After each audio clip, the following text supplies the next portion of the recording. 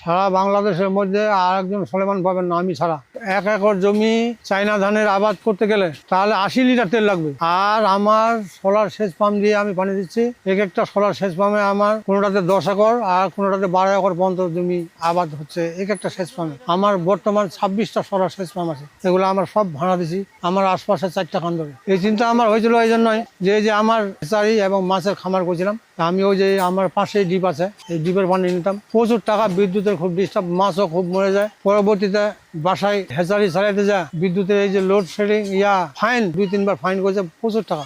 আমি এখন চিন্তা দেখি যে আমি বিদ্যুৎ ছাড়া চলতে পারি কিনা। তখন আমার বিল আসতো প্রতি মাসে 12 থেকে 15-20 হাজার টাকা পর্যন্ত। এখন আমার বিল আসছে যে প্রতি মাসে শুধু রাতে আমি একটু করে বিদ্যুৎ খরচ করি 500, 1000, 800, এর বেশি আর আসে না। আমার ফ্রিজ চলে, লাইট চলে, টিভি চলে, ফ্যান চলে, এই যে এক্সস্ট ফ্যান মুরগির ফার্মে চলে, সবকিছু সোলার দিয়ে চলে। তারপরেও আমার বিদ্যুৎ বিল 800, 700, অফ সিজনে 400, 200, কোনো মাসের জিরোই নেই। আমার কোনো বিদ্যুতের কোনো দরকার নেই, আমি এই সোলার দিয়ে যথেষ্ট।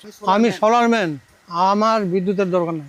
1997 সাল থেকে আমি এটা গবেষণা করি সোলার প্যানেল নিয়ে। আমার 75 ওয়াট প্যানেল আমি কিনছিলাম 1997 সালে। ওই 75 ওয়াট প্যানেল দিয়ে মুভিং তৈরি করে এবং ওইটা নিয়ে গবেষণা করতে করতে করতে করতে লাস্ট পর্যন্ত আমি এখন এতদূর পর্যন্ত গেছি। আমি আমার কোনো শিক্ষা নেই, আমি কোনো রকমের নাম দস্তখত করতে পারি। এককালে এই যে ওয়েল্ডিং মেশিন তৈরি, ব্যাটারি চার্জার মেশিন তৈরি, ব্যাটারি তৈরি করা, এগুলা ট্রেনিং দিয়ে আসছি। সব কিছু কাজ আমি জানি না। ইলেকট্রনিক পার্টস কোথায় কি রীতি, আমার নিজস্ব সার্কিট তৈরি করে আমি এই যে ইনভার্টার তৈরি করছি। এতটুকু সার্কিট মাত্র, এত কিছু আমি ওই যে ছেলে নাতির দ্বারা পড়াইনি। কোনটা কি কাজ, কোনটা কি নামটা জানিনি। রেজিস্ট্যান্স, ট্রানজিস্টার, আইসি, একটা ইনভার্টারের সার্কিট যদি আমি দেখি যে এটা কোন কাজ, এতগুলো পার্টস দিছে কেন, কার কি কাজ, এখান থেকে বাজে বাইর করছি। এখান থেকে বাজে বাইর করে আমি তৈরি করছি আমার নিজস্ব মাত্র 2.5 ইঞ্চি আর 2 ইঞ্চি। আমার পরিবার, আমার নিজের, আমার হেচারি, আমার যতগুলো সেচ পাম্প আছে, কৃষি, কোনো ব্যাটারির প্রয়োজন, বিদ্যুতের প্রয়োজন হবে না। পুরা গ্রামে বিদ্যুৎ নাই, কিন্তু আমার আছে।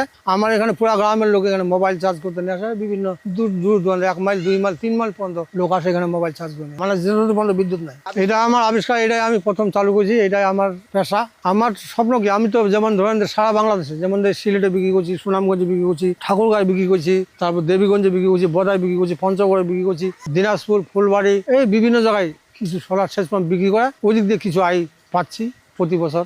এরকম দিন গেছে। আমার প্রথম ছেলে যখন পয়দা হয়ে 3 মাস বয়স, আমার একবেলা খাবো আর একবেলা আমার খাবার ছিল। কান্নাকাটি শুরু করেছে ওই আমার মা, আমার স্ত্রী, কারণ আমারও কানন থামেনি। আর আমার জীবনের প্রথম ইতিহাস হলো এটাই। আমার বাড়ির পাশেই উনি চাউলের ব্যবসা করে, ওনার দ্বারা দিয়ে পাঠাতেন। উনি কিন্তু এটা মনে করছে যে ওনার হয়তো এখনকার চাল আছে, কালকে লাগবে। উনি এই মনে করে চাউলটা দেন। সারাদিন কোনোদিন ঘুমায়নি, কোনো সময় রাতে আর ঘুমানোর সুযোগ পাইনি। সারা রাত কাঁদতেছি গবেষণা করতে করতে। আবার যদি ঘুমাই গেলাম, ওই ঘুমের ঘরেও গবেষণা, স্বপ্নও তো দেখি ওইগুলাই যে মানে কোনটা কি করলে না হবে, কি করলে না হবে, আবার শুরু করি। এইরকম গবেষণা শেষ হয়েছে আমার 2015 সালের গবেষণা শেষ, সাকসেসফুল। 97 থেকে 2014 পর্যন্ত। বিদ্যুৎটা কি দিয়ে তৈরি হচ্ছে? বিদ্যুৎ সোলার দিয়ে তৈরি হচ্ছে, বিদ্যুৎ কয়লা দিয়ে তৈরি হচ্ছে, বিদ্যুৎ ডিজেল দিয়ে তৈরি হচ্ছে, বিদ্যুৎ পেট্রোল দিয়ে তৈরি হচ্ছে, বিদ্যুৎ গ্যাস দিয়ে তৈরি হচ্ছে। কিন্তু এটা তো আমাকে বাঁচাইতে হবে। আমার দেশে ডিজেল না, আমার দেশে কয়লা আছে। যেটা কয়লা আছে কয়দিন চলবে? সারা বাংলাদেশে কয়দিন বিদ্যুৎ দিতে পারবে? যেটুকু আছে আমদানি করে বিদেশ থেকে কিনে আনে, তারপর বিদ্যুৎ